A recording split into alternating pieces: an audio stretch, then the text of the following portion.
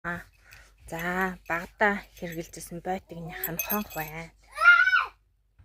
Тэгээд ингээд ухлаац, захны ухлаац, баривчны ухлаацууд нь энд байна гэсэн. Өөрийнх нь ингээд шагаана. Энэ жоохон бахтай баривчны артал шилүүн захныхын тэр хэсэгт нь болохоор энэ хонхыг захны ухлаацтай ойдог бол энэ үнгийн сахиусандаа одоо ингээд хадгалаад хийчихэж байна л гэсэн үг байхгүй. Тэгээ энэ дээр нь янз бүрийн өөрийнх нь хувийн одоо хүү гэдгийг штэ хүүгээ бас хийж болно. Хүүгээ ингээ хадгалаад дурсгал болгоод энэ яагаад вэ гэхэлэр энэ хүүхдийн зөвхөн таны хүүхдийн энэ маш том өв болж үлддэг.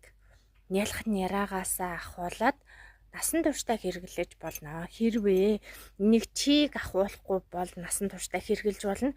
Чийг ахуулсан тохиолдолд буцааж нь одоо шинжилж болно. Эсвэл одоо өрийн цагаан овоо гэж байдаг. Тэн дээр тавьж болно. За өргөж болно гэсэн үг шүү дээ. Тэнгүүдээ үнгийг нь болохоор хайдаггүй. Үнгийг дэрэн дотроо хийж насан туршдаа хадгална. Энэ үнэг чинь нэг ингээ амилсан байхад таны зүүдийг маш сайн манна. Зүүдийг манаад ирэхлээр зүүд чинь зөнтөө болно. Зүн чинь зүүн совингийн чинь сэрээдэг учраас энэ зүүдний хаалгач үнгийн сахиус гэж үүдэг.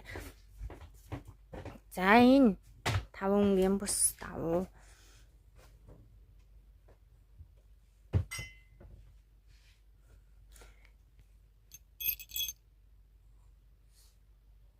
Ингэж өнгөний ялгамжийг маш өндөр гаргаж ирдэг.